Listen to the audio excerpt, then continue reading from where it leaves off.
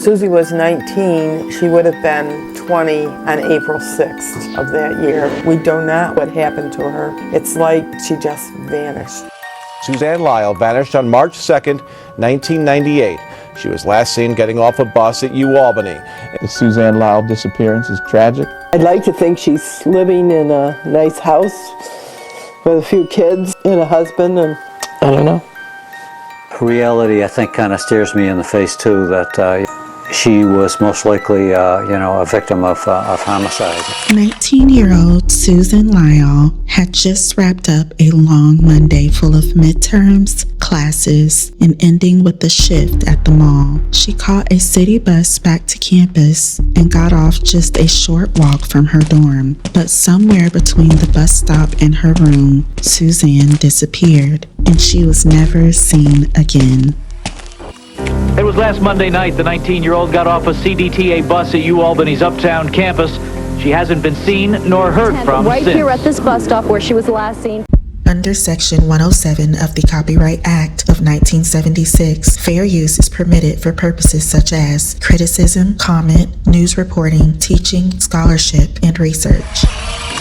Suzanne Gloria Lyall was born on April 6, 1978 in Saratoga Springs, New York, and grew up nearby in the quiet town of Boston Spa with her parents Doug and Mary Lyall and two other siblings. The youngest in the family, Suzanne was known for her gentle spirit and creative heart. Suzanne loved writing poetry and often found inspiration in the simple moments most people overlooked. Suzanne graduated from Boston Spa High School with honors in 1996. She began her college studies at the State University of New York, but after a year transferred to the University of Albany. The move brought her closer to home and to her high school sweetheart, Richard Condon, whom she had started dating back when they were both still in high school. By 1998, Suzanne was a computer science student at Albany University. She also worked part-time at a store called Babake's located inside Crossgates Mall, just a couple of miles west of campus. On the day of Suzanne's disappearance, she had a big exam scheduled for that morning, one she'd been nervous about. Suzanne left her dorm room,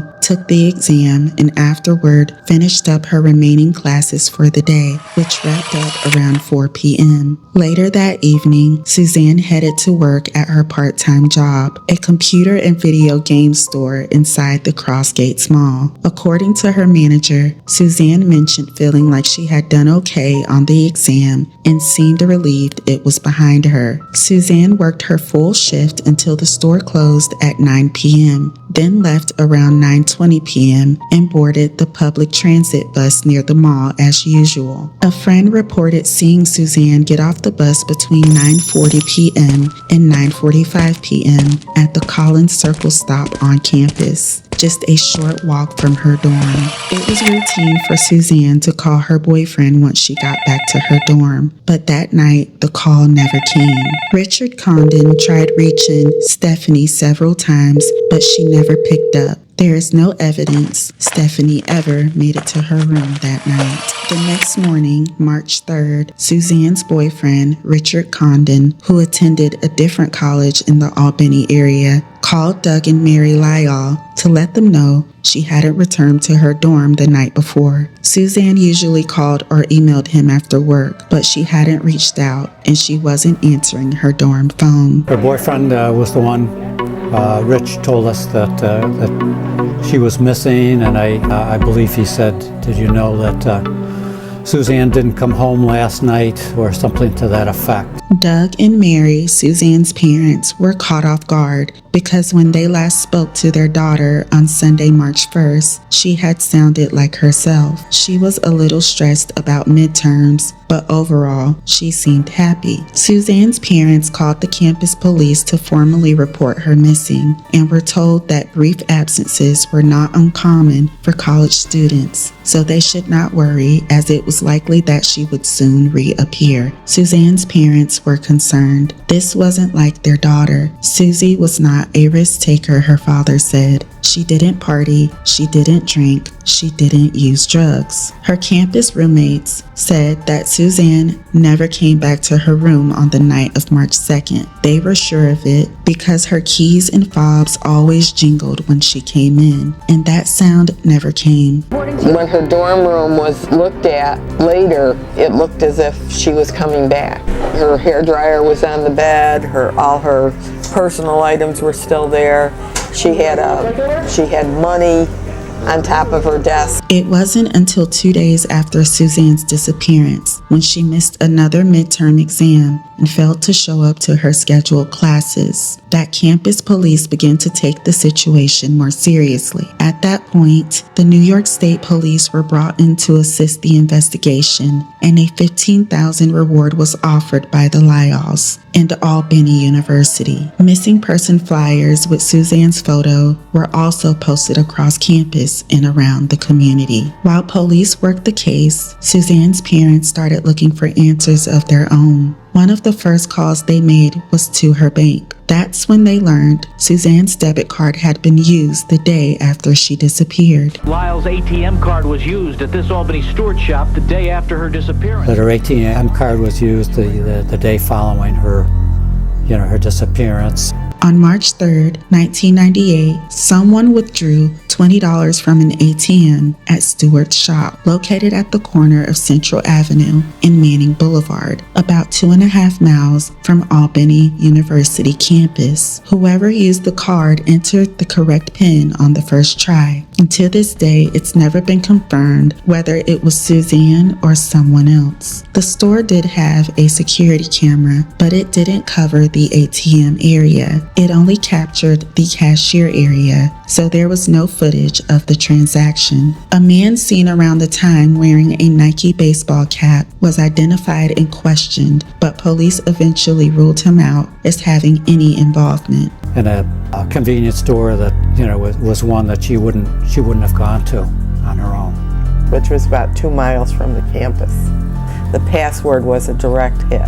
That location stood out to Suzanne's parents. The location wasn't an area she would usually go to, and the store clerk didn't recognize her either when shown pictures of Suzanne. As the investigation continued, police followed over 270 leads and searched more than 300 acres near Collins Circle, including wooded areas and a lake in the Albany Pine Bush area, but still no sign of Suzanne was found. Police have not named any official suspects in Suzanne's disappearance, but they did interview her boyfriend, Richard Condon, as part of the investigation. At the time Suzanne went missing, Condon stated he had been playing video games with his friend. That friend later confirmed his alibi. In the days and months that followed Suzanne's disappearance, police continued searching wooded areas, drained sections of the lakes, and followed hundreds of leads. Both campus and state police were involved, along with volunteers and local agencies, but no trace of Suzanne was ever found.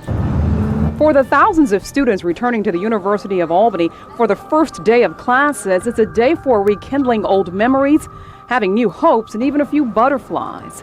For Doug Lyall, it's a day of similar emotions, but for a totally different reason. It's one of those reminders that, that things aren't the same, that she's not here, and we're feeling a bit helpless right now.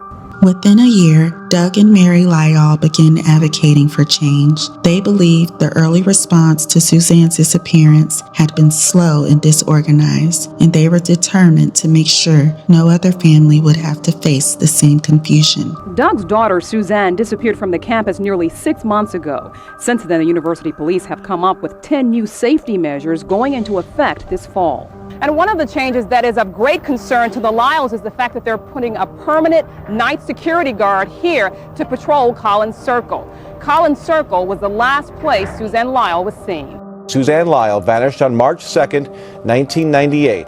She was last seen getting off a bus at UAlbany. In a letter to the media, her father, Doug Lyall, says that he is beginning to face the reality that he may not see her again in this lifetime. He says the family believes Suzanne was the victim of a homicide and that someone out there has some answers. Doug Lyall passed away in 2015. His wife, Mary Lyall, has continued both their advocacy and the search for answers for their missing daughter, Suzan Lyall. And this is why we are covering this case here on Lavender Files. I'd like to think she's living in a nice house with a few kids and a husband, and I don't know, just don't know. Her case remains open, and the New York State Police continue to follow up on any leads that come in. I want her back. I don't care how I get her back, but I want her back. If you have any information, no matter how small, about the disappearance of Suzan Lyall, you are urged to contact the New York State Police at 518-783-3211, or you can submit an anonymous tip online at crimestoppers.com. This is the case of 19-year-old Suzanne Gloria Lyall. Thank you for listening. If you believe in keeping these cases present and bringing awareness to each story, consider liking this video and subscribing to the channel. It helps more people find these stories and helps keep them from being forgotten. And if you'd like to know when new videos go up, you can also tap the bell icon and YouTube will notify you when we post new videos here at Lavender Files.